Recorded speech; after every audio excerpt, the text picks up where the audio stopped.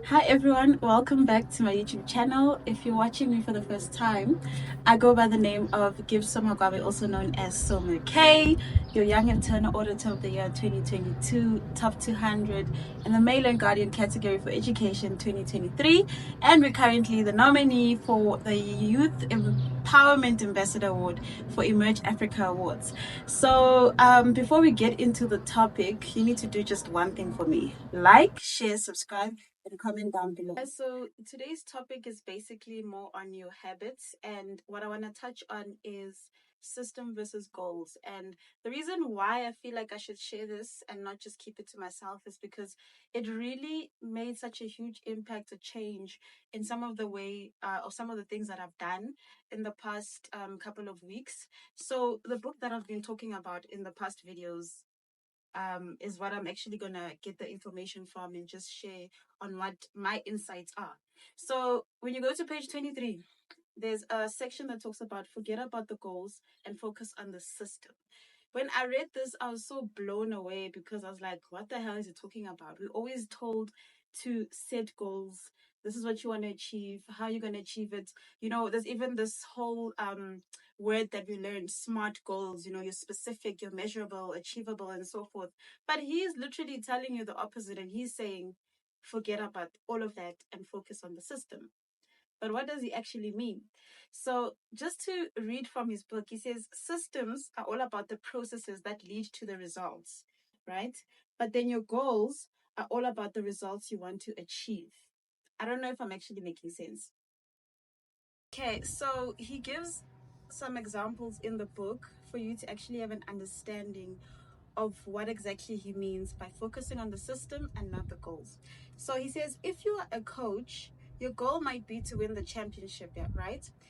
Your system is the way you recruit your players, manage your assistant coaches, and conduct and practice. So I can give an example like the Springboks, right? If you look at their history, they were very like, yeah, the team was not so great. But the way that Rassi focused on the system, which was the type of players he wants to get, how he manages the team, you know, the type of assistant coaches, those led to him actually achieving the goal, which was actually winning the World Cup. And based on the results, he actually won back to back. So another example is if you're a musician, your goal is to play a new piece. Your system is how often you practice, how you break down and tackle the different measures, and your method for receiving feedback from your instructor. So, what I'm trying to say here is I'm not saying completely let go of all your goals, but you need to have a system in place. What do you do on a day to day basis that actually leads you to achieving what you want to achieve? Okay, so another interesting question is if you completely ignored your goals and focused on only the system, would you still succeed? This is the question that James Clear asked in the book. And the example was if you were a basketball coach and ignored your goal to win the championship, but you only focused on the team and they practiced every day, would you still get the results that you want? And he says he actually thinks you would. And it's the same as examples, students that are studying internal audits or whatever it is that you guys are watching this channel for. Your goal is not to graduate. Your goal is not to get the top student in class and so forth. But if you create a system in place where you are consistent in your studies, you consult with your lecturers, you engage in class, that's definitely going to lead you above and beyond the results that you actually want to achieve. Okay, guys, so I think I've laid the foundation and we got the basics of creating a system and not focusing on the goals. So he tackles certain problems in the book, and the first one is winners and losers have the same goal. What does that mean? You could be the brightest student in class, and there could be somebody who's really slow and struggles to get concepts, right? But you have the same goal, which is to actually pass the class. So now what he says here is goal setting suffers from a serious case of survivorship bias.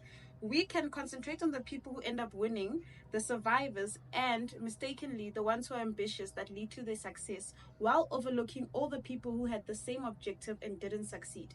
So what he's saying here is we all in class, example, an internal audit class, and we all have the same goal, but we focus so much on the people that actually are trying to get to the top of the class and graduate. But there's the survivors who pass probably on a 50, and then there's the ones that actually don't make it. So what he's saying here is that he continues to make an example. He says every Olympian wants to win a gold medal. Example, in class, everyone wants to graduate. Every candidate wants to get a job. And if successful and unsuccessful people share the same goal, the goal cannot be what differentiates the winners and the losers. The goal is not what differentiates the winners and the losers, right? So being the top student, being the slowest student in class is not what actually differentiates you guys. It's actually the system that you create, because you could be the top student for one term or one semester, and the next time you're actually not in the top class or whatever. So it is very important that you actually understand the system that you have in place, which will constantly help you achieve the goals that you want. And then he also continues to talk about another problem where your goals restrict your happiness. Guys, setting goals is great, it's motivating, but it really restricts your happiness, because the moment you don't achieve that goal, you somehow lose the momentum, you lose the motivation, and you just find yourself feeling so depleted and you don't want to even go back. So, for example, setting a goal of 80% average, that's like you're strict on that, right? That means you will not consider a 79.5, you will not consider 78, an 80, or whatever you want. So the problem with that is that mentality, he says here, is what continually puts happiness off until the next milestone. So it traps you in a state where you've achieved the 80%, but what's next? You're gonna just say, okay, next time. Like, it's just a constant cycle where you feel trapped and you just feel like you're developing and you're growing, but you're actually not. So when you have the system in place, it eliminates all that, because no matter what happens, whether you get your 79.5, you're able to fall back to your system and figure out where you went wrong and pick yourself up again. But if you just focus on the goals, there's nothing to it. You cannot revert back to what went wrong, because you just literally cruising through it, hoping that you get to your 80% or whatever goal that you've set on target. Guys, I could go on and on about this book because it's just so amazing. There's just so much to learn. But just to conclude everything, you're welcome to go and purchase the book if you want to know more about it and what exactly I was talking about. But he says the purpose of setting goals is to win the game. The purpose of building systems is to continue playing the game. So true long-term thinking, it's goalless thinking. It's not about a single accomplishment. It's about the cycle of endless refinement and continuous improvement. Ultimately, it is your commitment to the process that determines your progress. So it's not just winning the game, it's constantly playing the game. Guys, habits are very important. You need to reflect on your habits. Do you have good habits? Do you have bad habits? If you do have bad habits, what can you do to let them go? If you have good habits, what can you do to constantly show up and always stick to those habits and make them better? But from me to you guys, this book is amazing. So thank you so much for watching this video. Don't forget to like, share, subscribe, and comment, and I will see you guys in the next video.